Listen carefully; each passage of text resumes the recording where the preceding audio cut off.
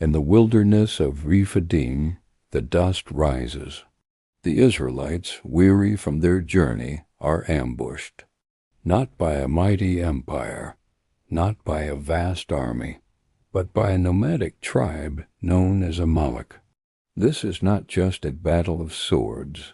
It is a battle of posture, of prayer, of perseverance, and it holds a secret one that echoes into our lives today. This is the story of victory over Amalek. This is the story of prayer as warfare. In Exodus 17-8, it reads, "Then Amalek came and fought with Israel at Rephidim." No warning, no provocation, just an attack. But notice the timing. The Israelites had just received water from the rock, a miracle, a provision, and then Amalek strikes. The twist?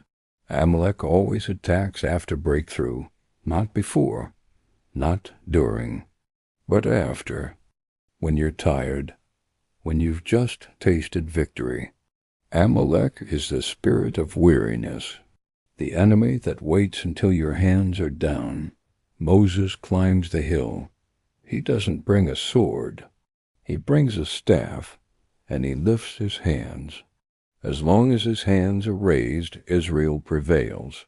But when they drop, Amalek gains ground. This is not just symbolic. It's strategic. Prayer is not passive.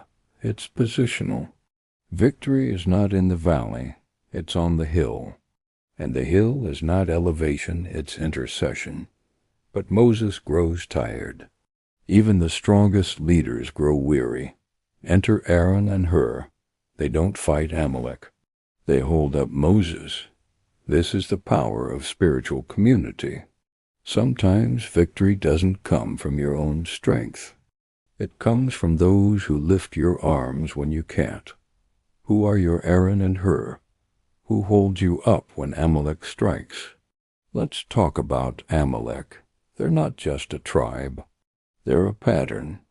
They represent the enemy that attacks from behind.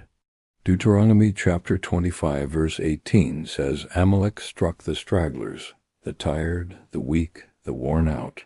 Amalek is exhaustion. Amalek is discouragement. Amalek is the voice that says, "You've come this far, but you won't make it." And that voice must be silenced, not with swords, but with prayer. Here's the twist. Amalek isn't just ancient history. It's modern reality. It's the inbox that never empties. The anxiety that creeps in after a spiritual high. The temptation that waits until you're alone. Amalek is the spirit that attacks your purpose when you're most vulnerable. And prayer is your weapon. Not just whispered words, but warfare declarations. Prayer is not a retreat. It's a rally. It's not a whisper. It's a war cry. When Moses lifted his hands, he wasn't asking. He was declaring. He was aligning heaven with earth. Prayer is not just communion. It's confrontation. It confronts Amalek. It confronts exhaustion. It confronts every lie that says you're not enough. The battle didn't end quickly. Joshua fought all day. Moses held his hands until sunset. Victory required endurance. Prayer is not a one-time act. It's a lifestyle. It's the daily lifting of hands, even when they tremble, even when they ache, even when you feel alone. The staff in Moses' hand? It was the same staff that parted the sea. The same staff that struck the rock. It was a symbol of authority. When you pray, you're not begging. You're wielding authority. You're reminding Amalek that your victory is already written. Now look forward to another hill, another raised posture.